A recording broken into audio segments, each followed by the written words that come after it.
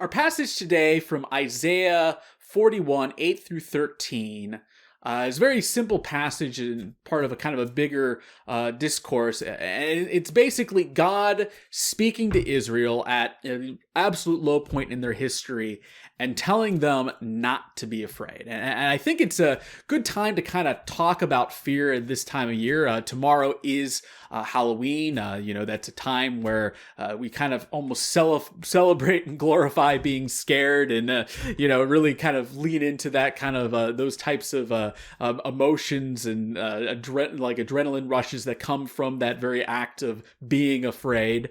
But the Bible does have quite a bit to say about fear within it. And this is one of those passages. And the big kind of main point to take away from this, the thing that God is really trying to tell Israel here is that he has led them through the problems of their past. He's going to lead them through the problems of the future. And very simply, they should trust him and fear not.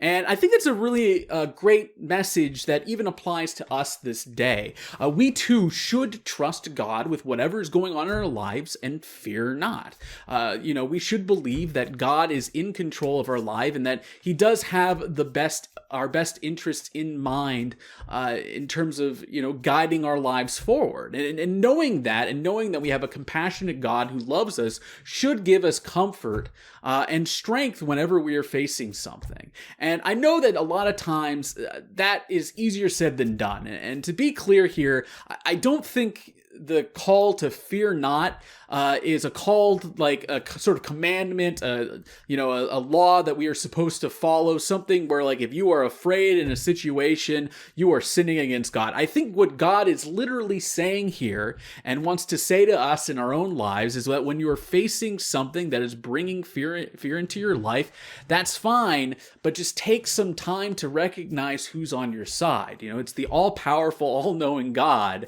and you shouldn't be afraid. You should embrace that whatever is going to be coming your way is something that is for your good, even if it might not seem that way.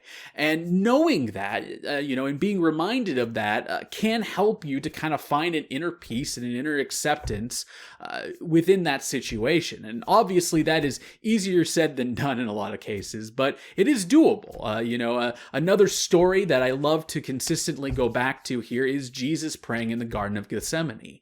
And the reason is that it is a moment where he is clearly very distressed and honestly sounds very afraid. He's praying to avoid death, but in the act of praying for this, he finds that inner strength to face what is coming up ahead, what is coming in the future.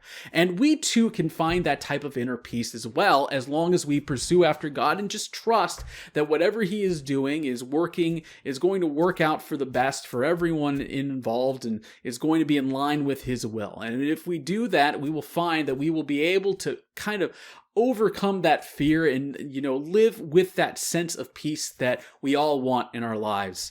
Amen. And now I'd like to invite you all to join me for our last worship song today.